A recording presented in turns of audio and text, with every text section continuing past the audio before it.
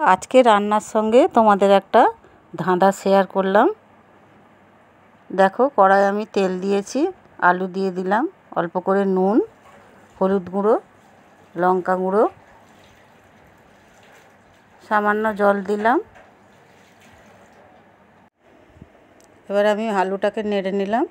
আচ্ছা বন্ধুরা, বলো তো মশলা বাটার সঙ্গে কোন মাছের সম্পর্ক আছে? এবার আমি ঢাকা দিয়ে দিলাম। এবার আমি আলুটা নামিয়ে নিলাম। একটা জায়গায় আমি বেসন নিলাম,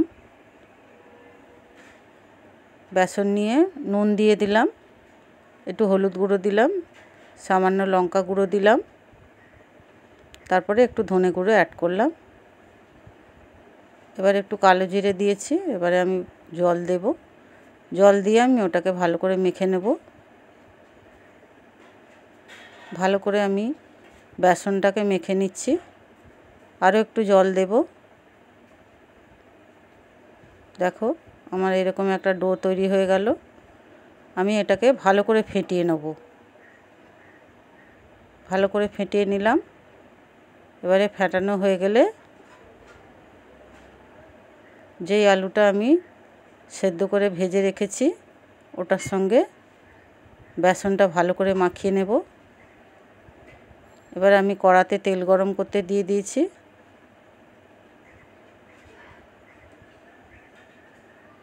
এবারে আমি একে একে বড়াগুলো দিয়ে দেব।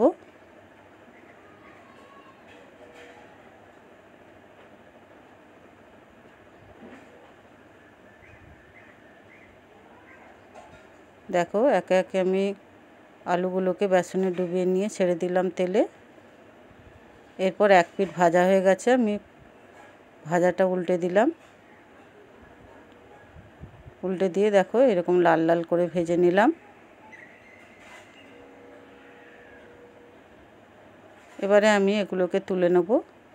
এরমভাবে সব বড়াগুলোকে ভেজে নেব। তারপরে আমি শুকনো লঙ্কার বড়া করেছি। শুকনো লঙ্কাকে বেসনে ডুবিয়ে নিয়ে আমি তেলে ছেড়েছি। এরপর আমি কাঁচা লঙ্কারও বড়া করেছি। কাঁচা লঙ্কাগুলোকে বেসনে ডুবিয়ে নিয়ে তেলে ছেড়ে শুকনো লঙ্কাগুলো তুলে নিলাম। এরপরে আমি কাঁচা লঙ্কাগুলোকেও তুলে নিলাম। আমার বড়া রেডি হয়ে গেল। আলু দিয়ে আমি বড়া করেছি। ধাঁধার উত্তরটা হলো বাটা মাছ। কি তোমরা উত্তরটা কি বুঝতে পেরেছিলে? ভিডিওটা ভালো লাগলে শেয়ার, লাইক, কমেন্ট করো।